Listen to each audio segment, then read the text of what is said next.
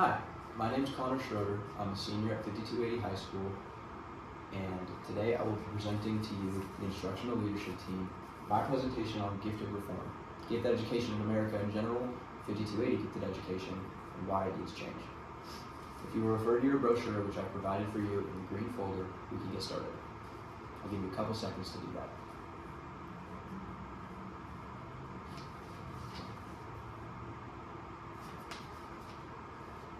Alrighty, now that you have it, we can get started with the facts. If you'll refer to the facts category in the brochure, we can look at it together. The first fact I'd like to present is the gifted dropout rate. Gifted students are 7.5 to 15 times more likely to drop out of high school than the average student. On top of that, and my way of getting this statistic is 15 to 30% of all high school dropouts are gifted, which I have cited within my annotated bibliography, which you can also refer to in your folder, as well as an article from 2013 by a man Batdal Karaduma. At a population percentage of 2% of all of students in America, this means that if 15 to 30% of all high school dropouts are gifted, then the average student is 7.5 to 15 times less likely to drop out than a gifted student. It's a dangerous statistic. Another statistic I'd like to represent, or fact, is isolation and unhealthy thinking. This has also been cited in my annotated bibliography, which I provided to you as well, and a 2000 article. Due to abstract thinking of gifted students, and them being abstract thinkers in general, they can often run into the wrong answer or run into the right answer for the wrong reasons. And it's often recognized in classrooms, which can lead to shunning from classmates as well as silencing from teachers, as teachers just have too much of a workload to work with them one-on-one and really figure out how to help them. They can often be perceived as challenged educationally, or being a show-off by their peers, which can lead to isolation in gifted students, as well as gifted students acting out for attention and also pretending to be less capable to fit in school. My next fact will be underachievement and boredom. There's a huge underachievement rate in gifted students. This has also been cited. Refer to this article. A variety of reasons contribute to this, but the main three are lack of resources for them, inadequate curriculum for them, and an insufficient amount of support from teachers. Many teachers are unequipped on how to properly support these students.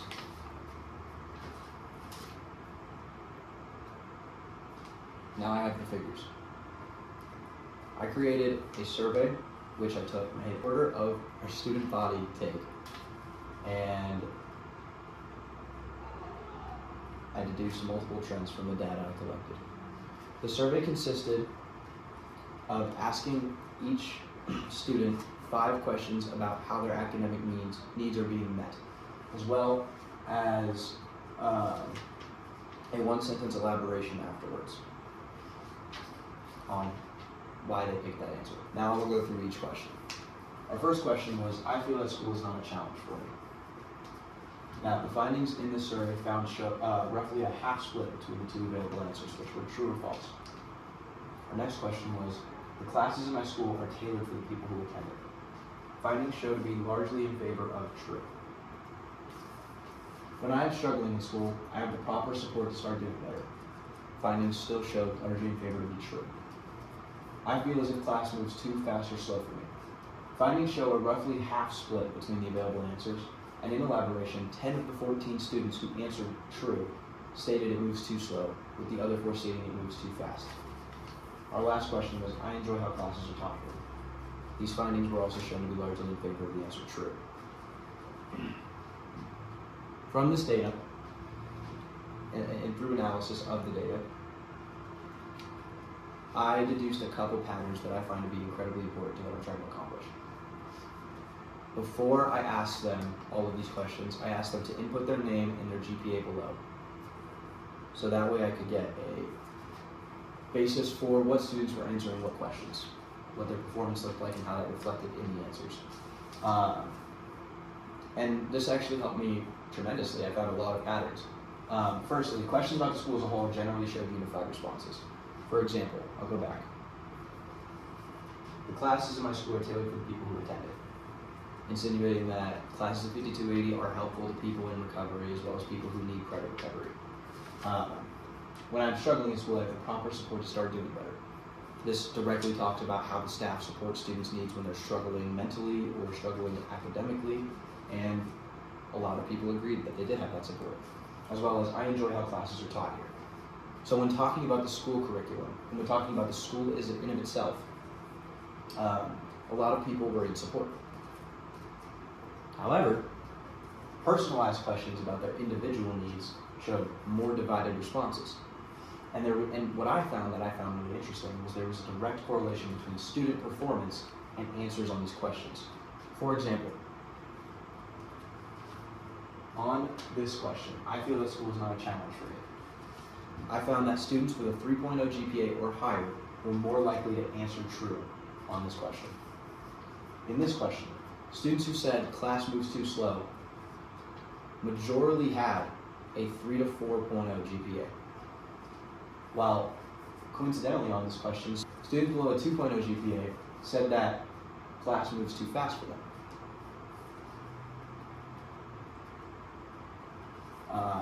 As you can see with these statistics. I'll give you a second to read it.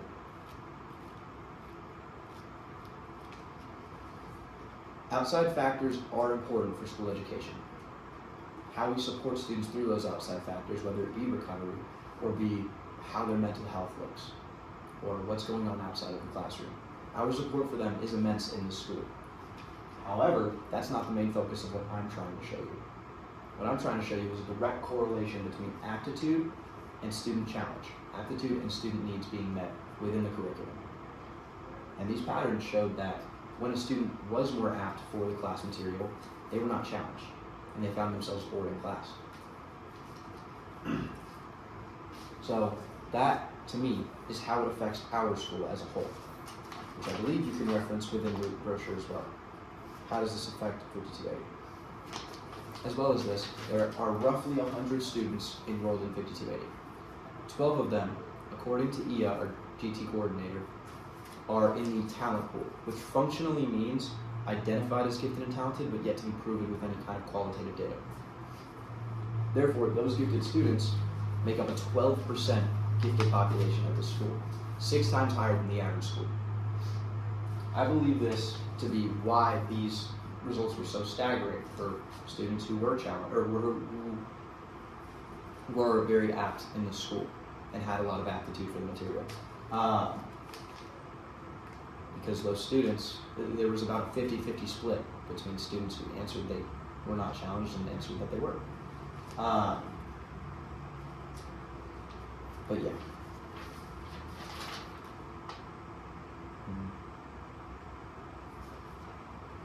Next up, I'd like to elaborate on why this actually matters to you as the instructional leadership team.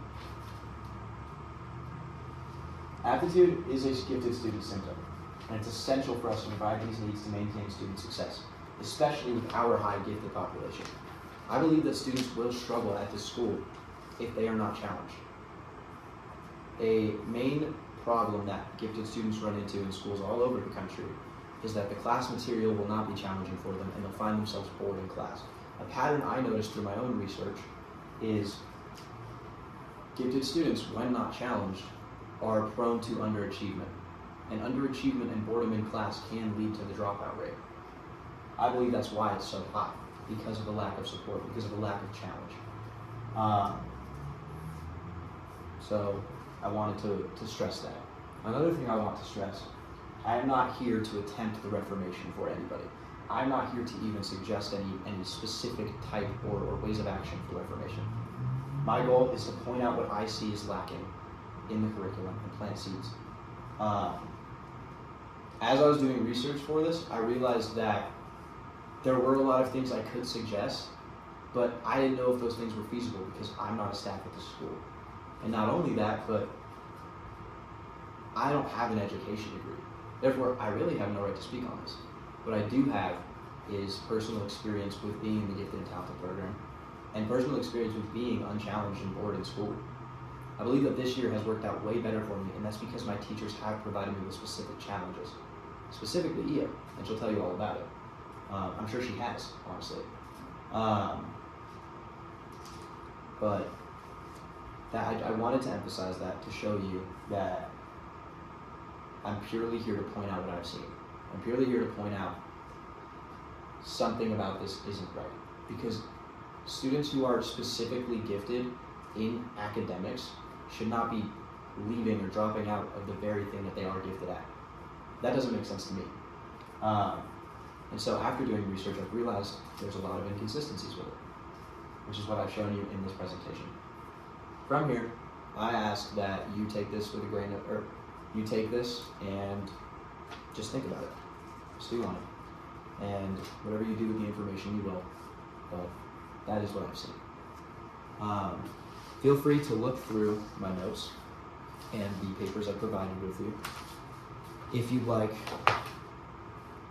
And I will make myself available at some point after winter break for you to ask me any questions you may have. Thank you for coming out. Thank you for coming out and viewing my presentation. I appreciate you being here and present with me. I hope I've edited this in post because I stuttered a lot, but that has been my presentation on 5280's Gifted program and gifted education in general. Thank you.